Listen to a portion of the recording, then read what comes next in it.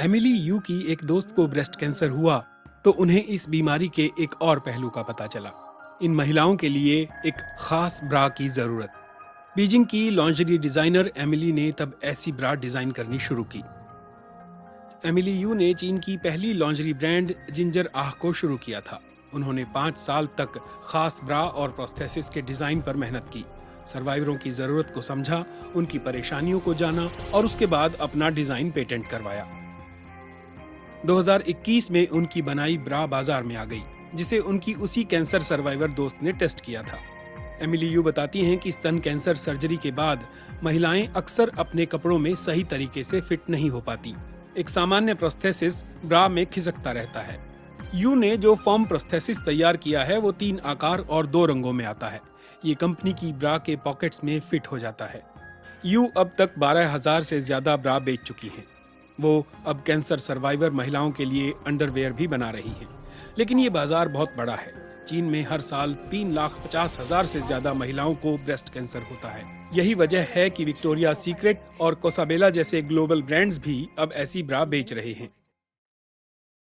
Weather woman, वो महिलाएं जो टीवी पर मौसम का हाल बताती हैं। अमेरिकी टीवी ने इन्हें खूब ऑब्जेक्टिफाई किया। लेकिन क्या मौसम विज्ञान से महिलाओं का बस इतना ही नाता है? नहीं। सुनिए भारत की वेदर वुमन अन्ना मणि की कहानी। केरल में जन्मी अन्ना 12 साल की उम्र में ही अपने शहर की पब्लिक लाइब्रेरी की सारी किताबें पढ़ चुकी थी। जन्मदिन पर गहने मिलने पर वो कहती हैं, इसके बदले मुझे एनसाइक्लोपीडिया दे दो। बीएससी के बाद वो रिसर्च के लिए पहुंची IISc और काम किया डॉक्टर सीवी रमन के साथ। फिर आगे रिसर्च के लिए इंग्लैंड चली गई। वापस लौटकर मौसम विभाग में काम करने लगी। विदेशों में सीखे ज्ञान से उन्होंने हवा, बारिश, ऊष्मा और ठंड वगैरह को मापने के टूल्स भारत में ही बनाने शुरू किए। उन्होंने 50 साल पहले ही भारत को सौर और वायु ऊर्जा का महत्व समझा दिया था। उन्होंने भारत का पहला ओजोन सोंड भी बनाया, जिससे ओजोन परत से जुड़े कई रहस्य सुलझ सके। इतना सब करने पर भी वो लैंगिक भेदभाव से नहीं बची। 1960 में वो एक समुद्री खोजी अभियान पर नहीं जा सकी, क्योंकि तब महिलाओं को इंडियन नेवी के जहाज पर जाने की इजाजत नहीं थी। लेकिन मौसम विज्ञान के क्षेत्र में अन्ना मणि हमेशा अहम रहेंगी। तो अगली बार जब आप वेदर वुमन शब्द सुने तो सबसे पहले अन्ना मणि को। मुखर महिलाओं, खासकर एक्टिविस्ट और नेताओं को निशाना बनाया जाता है। दुनिया भर में ये ऑनलाइन हिंसा लगभग एक जैसी है।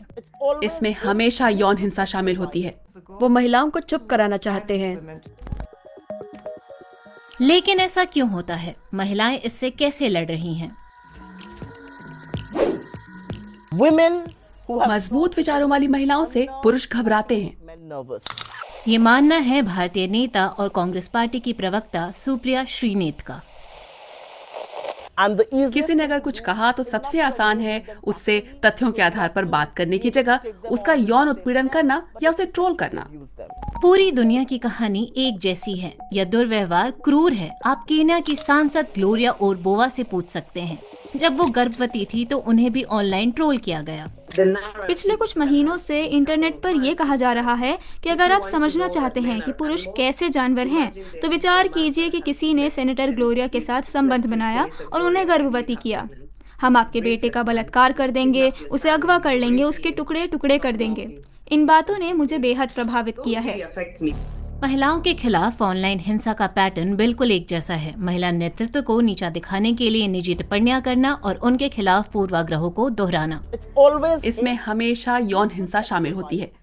एक महिला को उसकी विचारधारा के लिए ट्रोल नहीं किया जाता। पहली चीज जो कोई ट्रोल लिखता है उसमें हमेशा आपके शरीर का मजाक उड़ाया जाता है। वे शारीरिक और यौन हिंसा करने की धमकियां देते हैं। वे आपके बच्चों को लेकर धमकाते हैं। एनजीओ हेट एड की सीईओ अनालेना वॉन होडनबर्ग कहती हैं कि अक्सर महिलाओं को इन धमकियों से लड़ने के लिए अकेला छोड़ दिया जाता है। इटली की लॉरा बोल्ड्रीनी, चाहे वो जर्मनी की आनालेना बेरबॉक हो, उनकी पार्टियां उनके बचाव में खड़ी नहीं दिखी। इस पर अक्सर चुप्पी साध ली जाती है और उन्हें अकेला छोड़ दिया जाता है इन भेड़ियों से लड़ने के लिए।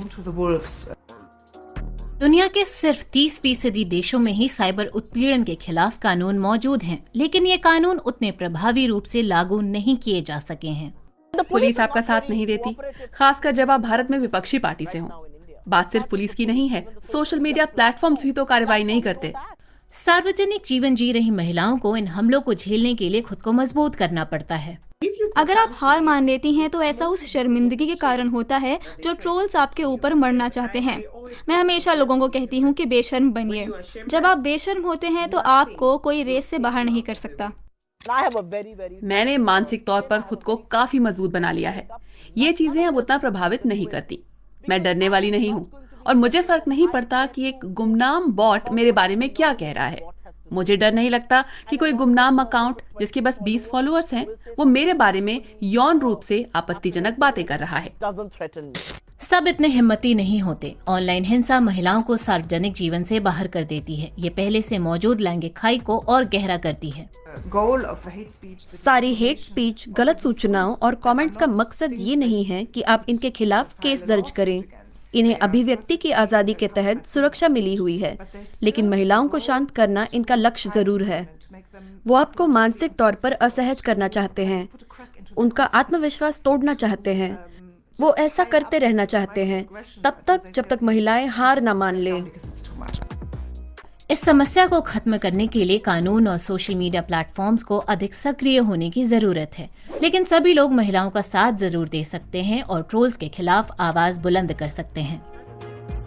जो आप कर रहे हैं शायद कानूनी तौर पर सही हो, लेकिन नैतिक तौर पर हम महिला विरोधी टिप्पणियां नहीं चाहते, क्योंकि ये महिलाओं को राजनीति से बाहर कर रही हैं। तो बस इन्हें अब बंद कीजिए।